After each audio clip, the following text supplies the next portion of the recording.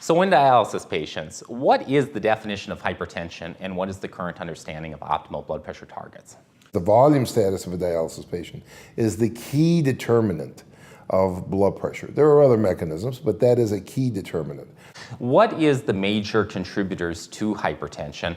And then in particular, intravascular volume, what role does that play? Is it most important or is it just one of a milieu of factors? I will tell you from our dialysis units, we have 3 dialysis units at the university, the patients that get referred to me are all the patients that they can't control. And of course, the number one reason they can't control them is they're still volume overloaded. But once you take that out of the equation, then if you look at the cocktail of medicines that are being used, I've actually had people where I've used a combination of beta blockers, clonidine, and diltiazem. All 3, which normally would generate a pacemaker. And it takes all 3 to get their heart rate down to about 80. Now, why is heart rate important? Heart rate's important because data, now this is not in dialysis patients, this is in the general population, but even if your blood pressure is well controlled, if you have a heart rate above 80, you have a higher cardiovascular event rate.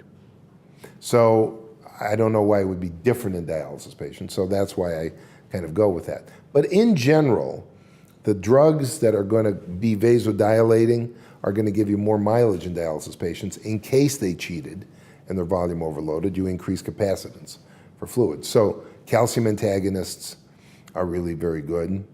I know there's some controversy about diuretics, but in the beginning when people start dialysis, I maintain them on loop diuretics so they can at least get some extra fluid out. What's the role of intensive hemodialysis? Do we even need it, or can we achieve blood pressure targets with all of these other options? I said at the very beginning, this is volume. So the most common cause, if somebody gives us, and we get these consults all the time in the hospital, a dialysis patient whose blood pressure is resistant.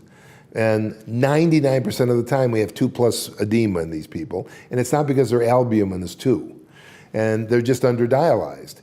And they've either missed dialysis or they're drinking 4 liters of fluid daily before they come in.